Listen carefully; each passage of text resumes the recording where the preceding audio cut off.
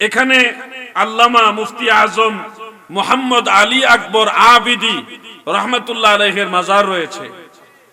ওনার মাজারের উপরে কিছু ফুল দেওয়া হয়েছে, কাঁচা ফুল। আপনারা নিশ্চয় দেখেছেন, আমি জিয়ারত করেছি তখন দেখেছি।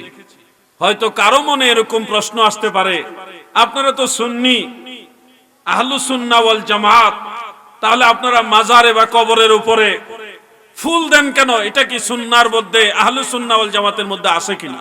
প্রশ্ন আসতেই পারে মনের ভিতরে। আমি আপনাদের বলে দেই, শুনুন, ওই যে সূরা ফাতিহার কথা, ইহদিনাস সিরাতাল মুস্তাকিম সিরাতাল্লাযীনা আন'আমতা আলাইহিম, আমাদেরকে নিয়ামত প্রাপ্ত বান্দাদের পথে চালান। এবার নিয়ামত প্রাপ্ত বান্দারা এই ব্যাপারে কি ফয়সালা দিয়ে গেছেন কোরআন হাদিসের আলোকে, সেটা শুনুন। যে আগের ইমাম আউলিয়া যারা নিয়ামত প্রাপ্ত বান্দা যারা, তারা ফয়সালা দিলে কি মানা যাবে?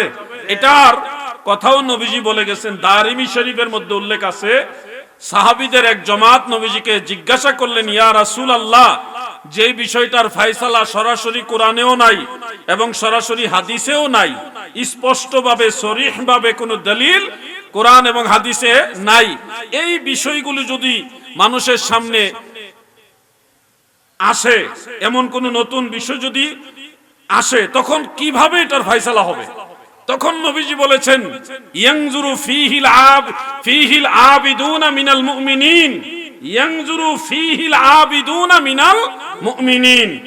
তোমরা এসব ক্ষেত্রে যেই বিষয়টা কোরআনেও সুস্পষ্ট দলিল নাই, সরাসরি হাদিসেও সুস্পষ্ট দলিল নাই, এই ধরনের নতুন কোন জিনিস যদি সামনে দেখতে পাও, এক্ষেত্রে তোমরা কি করবা? তোমরা নজর করবা আল্লাহর আবেদ বান্দা যারা, মুমিনে কামিল যারা, তারা এই ব্যাপারে কি করেছে, তারা যেটা করেছে, যেটা করতে বলেছে, তোমরা সেটা নজর করো, সেটাই মানো। সুবহানাল্লাহ বলেন। এটা আমার ফয়সালা নয়, এটা আল্লাহর রাসূলের ফয়সালা, রাহমাতুল লিল আলামিন নবীর ফয়সালা, যে আল্লাহর ওলিরা, মুমিনে কামিলরা এমন বিষয় যদি কোনো ডিরেকশন দেয়, তোমরা সেটা মানবা। এটা হলো মদিনাওয়ালার ফয়সালা। খুব খেয়াল করে শুনবেন। এখন কবরস্থানে বা মাজারে কাঁচা ফুল দেওয়া, এই ব্যাপারে কি সালিহিন আউলিয়া যারা, মুমিনে কামিল যারা, যাদেরকে মানতে আল্লাহ তাআলাও বলছে, আল্লাহর নবীও বলেছে, তারা কি কিছু বলছে কিনা? উত্তর হলো হ্যাঁ, ওনারা ফয়সালা দিয়েছে। আলেম ভাইরা শুনুন, আমি জানি মাইকের গোড়ায় গোড়ায় বিভিন্ন জায়গায় অনেক ভাইরা বসে আছেন। আমি আপনার শত্রু না, আমার কথাগুলি নোট করেন, আপনার উস্তাদকে জিজ্ঞাসা করেন। উস্তাদ যদি মুত্তাকি মুহাক্কিক হয়, সত্যটা বলবে। আর যদি বাংলা বই পড়ে অথবা গুটি কয়েকটা কিতাব পড়েই সীমাবদ্ধ জিন্দেগি করে, তাহলে উনি জানবে না। কিন্তু জানার চেষ্টা করবেন। দুইটা কিতাবের নাম বলি, বেশি বলার প্রয়োজন নেই। আমরা হানাফি মাযহাবের অনুসারী। এই হানাফি মাযহাবের ব্যারিস্টার যিনি ছিলেন, 1 লক্ষ হাদিস যিনি মুখস্থ জানতেন, ইমামুল হারামাইন মোল্লা আলী কারি হানাফি রহমাতুল্লাহ আলাইহি, তিনার লেখা একটা কিতাব আছে মিরকাতুল মাফাতিহ শরহে মিশকাতুল মাসাবিহ, সেই কিতাবের মধ্যে মাসআলাটা আছে। দ্বিতীয় কিতাবটা মনে রাখবেন, ফতোয়ায়ে শামি রাদ্দুল মুখতার আলা দুররিল মুখতার। এই ফতোয়ায়ে শামির মধ্যে ইমাম ইবনে আবিদিন যাইনুদ্দিন শামি রহমাতুল্লাহ আলাইহি উল্লেখ করেছেন, কোন মুমিন বান্দা যদি মারা যায়, আল্লাহর মায়ার বান্দা যদি মারা যায়, তাদের কবরের উপরে কাঁচা ফুল দেওয়া এটা মুবাহ, এটা জায়েজ আছে। উত্তম নিয়তের কারণে এটা মুস্তাহাব হবে। সুবহানাল্লাহ বলেন। এটার পিছনে ওনারা দলিল নিয়েছে বুখারী শরীফের হাদিস এবং সুনানু আবি দাউদের হাদিস। কারণ একজন ইমাম যখন একটা মাসআলা রায় দেয়, এটার পিছনে কোরআন হাদিসের কোনো না কোনো সূত্র থাকে। তো এই যে বিষয়টা ওনারা যে বললেন কাঁচা ফুল দেওয়া জায়েজ, এটার পিছনে ওনারা কি সূত্র নিয়েছেন? এখন যে বলবে মোবাইলে বিয়ে করা জায়েজ নি, এটা তো কোরআনে আপনি পাইবেন না। পাইবেন নাকি? কারণ মোবাইলই তো তখন ছিল না যখন কোরআন নাজিল হয়। তো কোরআনের ভিতরে তার মোবাইলের কথা থাকবে না, মোবাইলের বিয়ের কথা থাকবে, তার উপরের কথা। তো এই ফাসালাটা, এই যে মাসআলাটা, এটা ইমামরা দিবে অন্য মাসআলার সাথে কিয়াস করে, ম্যাচিং করে। তো এখন ইমামরা যে বললেন কবরস্থানে বা আল্লাহর ওলির মাজারে কাঁচা ফুল দেওয়া জায়েজ, ওনারা এটার পিছনে কি সোর্স নিয়েছেন, কি দলিল নিয়েছেন, কোনটার সাথে ওনারা কিয়াস করেছেন? এটা হলো বুখারী শরীফের একটা হাদিস। রাসূল করিম সাল্লাল্লাহু আলাইহি ওয়া আলিহি ওয়াসাল্লাম, আমাদের দয়াল নবীজি একবার এক কবরস্থানের পাশ দিয়ে যাচ্ছিলেন। এরপরে সাহাবীদের বললেন, তোমরা কি দেখতে পাচ্ছ এই কবরস্থানে কি হচ্ছে? সাহাবারা বললেন, না গো ইয়া রাসূলুল্লাহ, আপনি বলে দিন এই কবরস্থানে কি হচ্ছে। আল্লাহর হাবিব বলেন, সাহাবীরা গো, এই কবরের দুইটা কবর, দুইটার মধ্যে আযাব হইতেছে। এই দুইটা কবরের আযাব, একটা হইছে সুগুলখুরির কারণে, আরেকটা প্রস্রাবের সময় অসতর্কতার কারণে। প্রস্রাব কইরা ঠিক মতো প্রস্রাবটা নিষ্কাশন না কইরা কোনো মতে কাম সেরা ফেললেন, কাজ হবে না, এটার জন্য কবরে আযাব হবে। এই দুই কারণে তাদের কবরে আযাব হচ্ছে।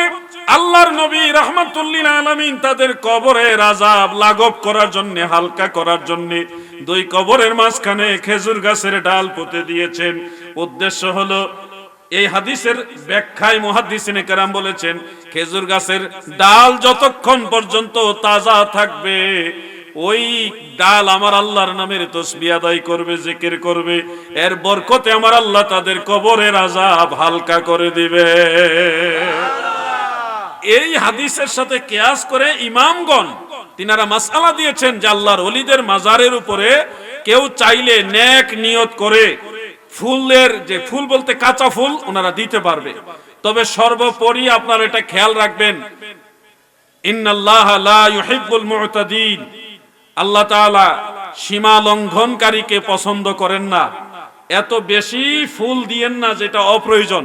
এখানে যেটুকু দেওয়া হয়েছে আলহামদুলিল্লাহ সুন্দর, যথার্থ, কিন্তু এত ফুল দিলেন যেই ফুল এত এখানে প্রয়োজন নেই। নিয়ত করে আপনি একটা ফুলের পাপড়ি দেন না, এই নিয়তের উপরে আপনার কাজ হবে। কথা বুঝতে পারছেন? এখন টনের টন, মনের মন আইনা ফুল মাজারের উপর রাখার কোনো প্রয়োজন নেই। যতটুকু দেওয়া প্রয়োজন ওটুকু দিয়ে বাকিটা মানুষের প্রতি আপনারা মেহমানদারি করেন, মানুষের সেবা করেন, এতে আল্লাহ এবং আল্লাহর ওলি খুশি হবে। কথা কি বুঝতে পারছেন? যে কোনো জিনিস একটা ব্যালেন্স করে কাজ করবেন, ব্যালেন্স করে চললে তখন আর ফিতনা আসবে না। এখন কেউ যদি বলেন, না আমি মোল্লা আলী কারি মানি না, আমি ইমাম ইবনে আবিদিন শামীকে মানি না, তাকে বলবেন, তুই সলিমউদ্দিনের ফুলা কলিমউদ্দিন, তোরে আমরা মানি না, আমরা আমাদের ইমামদেরকে মানি। ঠিক কি না বলে? যে ইমামদেরকে মানবে না সে আহলুস সুন্নাহ ওয়াল জামাত হতে পারে না। কারণ আল্লাহ তাআলা কোরআন শরীফে বলেছেন, ওমান ইউশাকিকির রাসূলা মিন বাদি মা তাবায়্যানা লাহুল হুদা ওয়া ইয়াত্তাবি গায়রা সাবিলিল মুমিনিনা নুওয়াল্লিহি মা তাওয়াল্লা ওয়া নুসলিহি জাহান্নামা ওয়া সাআত মাসীরা। যারা দ্বীন প্রকাশিত হওয়ার পরেও, আল্লাহর দ্বীন জাহের হওয়ার পরেও নবীকে মানে না এবং মুমিনদের পথে চলে না। কাদের পথে চলে না? মুমিনদের পথে যারা চলে না, আমার আল্লাহ বলছে তাদের ঠিকানা হলো জাহান্নাম। মুমিনদের পথে চলাটাই হলো জান্নাতের পথ। অন্য আয়াতে আল্লাহ তাআলা বলেছেন, ওয়াত্তাবি সাবিলা মান আনাবা ইলাইয়া, সেই রাস্তা অনুসরণ করো যেই রাস্তার মানুষগুলি আমি আল্লাহকে রাজি খুশি করে আমার দিকে চলে এসেছে। এজন্যই তো আমরা বলি, তাদের পথে তাদের মতে কবুল করুন আল্লাহ, কবুল করুন আল্লাহ। ওলি আল্লাহর বাংলাদেশ, এই শহীদ গাজীর বাংলাদেশ, বলুন না, ওলি আল্লাহর বাংলাদেশ, এই শহীদ রহম করুন আল্লাহ, রহম করুন। বাবা শাহজালালের বাংলাদেশ, এই শাহপরানের বাংলাদেশ, রহম করুন আল্লাহ, রহম। মাজারে ফুল দেওয়ার মাসালাটা কি আপনারা বুঝতে পারছেন? আমরা সুন্নিরা দলিলের বাইরে না।